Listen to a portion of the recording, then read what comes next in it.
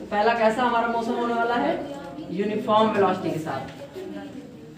Body जो है uniform velocity से, यूनिफॉर्म वेलोसिटी में एक्सेलरेशन क्या हो जाएगा, जीरो हो जाएगा। एक्सेलरेशन इज इक्वल, इसका ग्राफ कैसे बनेगा, हमने बताया टाइम हमेशा क्या होता है, नीचे। तो बचा कौन, वेलोसिटी, वेलोसिटी ऊपर। अच्छा वेलोसिटी की यूनिट कोई बताएगा,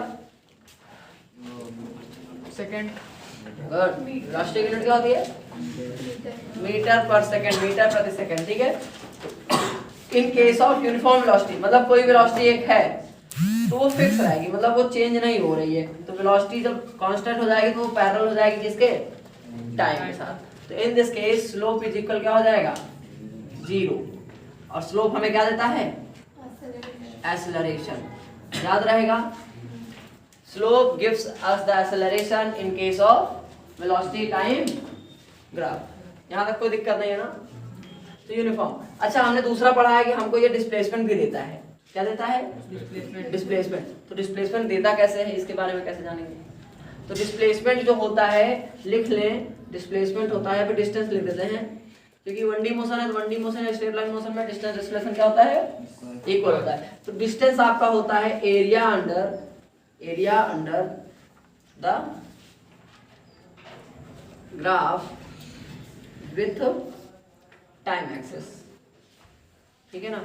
मतलब टाइम के साथ उस ग्राफ के नीचे आने वाला एरिया कहलाता है डिस्टेंस या फिर डिस्प्लेसमेंट। तो देखो इस ग्राफ यहाँ तक है, इसके नीचे इतना एरिया है, इतना एरिया, तो this will be called as distance. अगर नाम दे दें ओ ए बी और सी, तो एक रेक्टेंगल बन गया। तो rectangle O A B C का अगर एरिया निकाल लिया जाए तो क्या हो जाएगा, वो डिस्टेंस या फिर डिस्प्लेसमेंट। तो ये तो हो गया हमारा यूनिफॉर्म वेलोसिटी। अब ऐसे ही हमको क्या पढ़ना है, non uniform velocity. Non uniform velocity में आ जाएगा with uniform acceleration, with number second case क्या हो जाएगा, विथ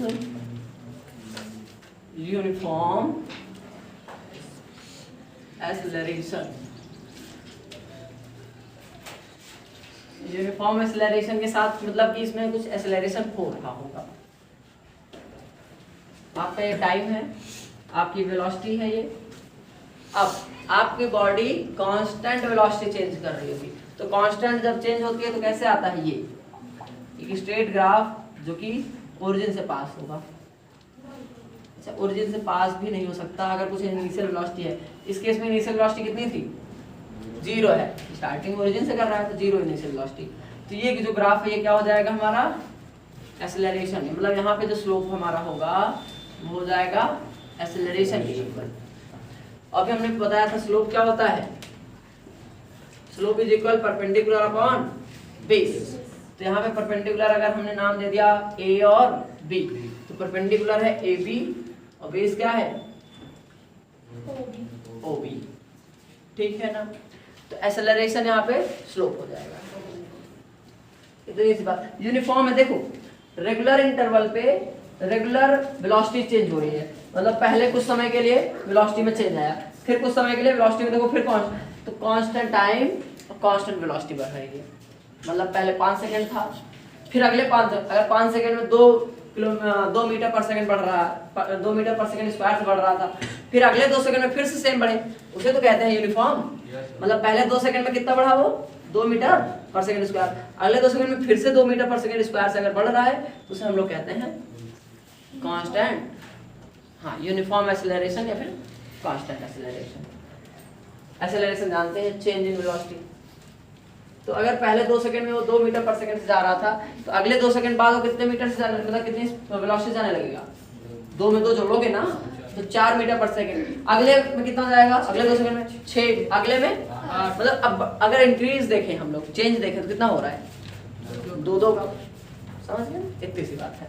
और तीसरा केस क्या हो जाएगा हमारा अब। अच्छा यहाँ पे अगर आपसे कोई पूछ लेगा डिस्टेंस या डिस्प्लेसमेंट क्या हो जाएगा, तो क्या बताएगा, डिस्प्लेसमेंट अभी बताया क्या होता है, the area under the graph with time axis. तो यहाँ पे एरिया देखो तो कैसा बना है, ट्रायंगल बना है कि नहीं, इस ट्रायंगल का एरिया।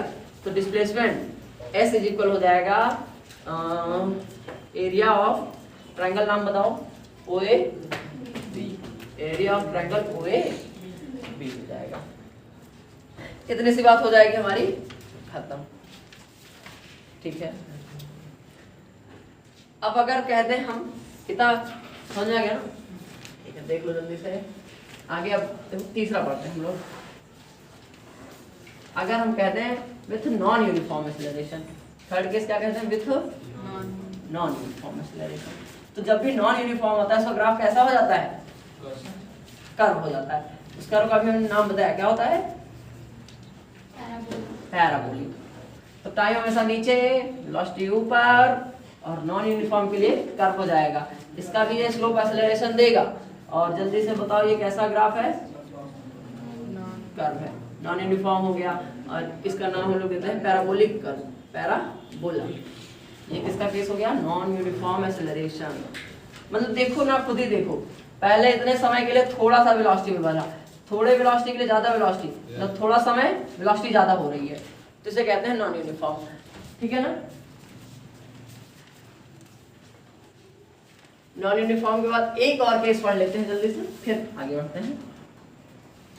अगर वेलोसिटी हमारे बॉडी की इनिशियल कुछ है, मतलब बॉडी हैव सम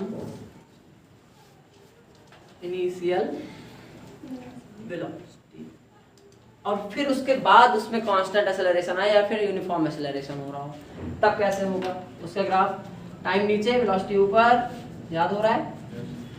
मान लेते हैं पहले कुछ वेलोसिटी है उसके पास, कितनी इनिशियल वेलोसिटी है, u, उसके बाद उसमें एक्सेलरेशन आएगा, तो कांस्टेंट एक्सेलरेशन आए या नॉन यूनिफॉर्म है तो भी ये कैसे हो जाएगा ये। अब उसकी यहाँ पे वेलोसिटी कितनी हो गई, फाइनल कितनी हो गई, v वेलोसिटी हो गई, फाइनल वेलोसिटी कितनी हो गई, v हो गई। तो एक्सेलरेशन यहाँ पे इसका स्लोप हो जाएगा एक्सेलरेशन। यहाँ पे अगर इसके नीचे का डिस्टेंस देख लेंगे तो क्या हो जाएगा पूरा, सॉरी इसके नीचे का एरिया देख लेंगे तो क्या हो जाएगा, डिस्टेंस हो जाएगा। हाँ भाई, डिस्प्लेसमेंट या डिस्टेंस, डिस्टेंस और डिस्प्लेसमेंट इक्वल कब होता है, जब हमारा मोशन कैसा हो, स्ट्रेट लाइन, ठीक है। तो ये हो गया हमारा पूरा graphical representation of uniform motion, या फिर केवल मोशन बोल दें, यूनिफॉर्म नहीं, मोशन का ग्राफिकल रिप्रेजेंटेशन ऑफ मोशन।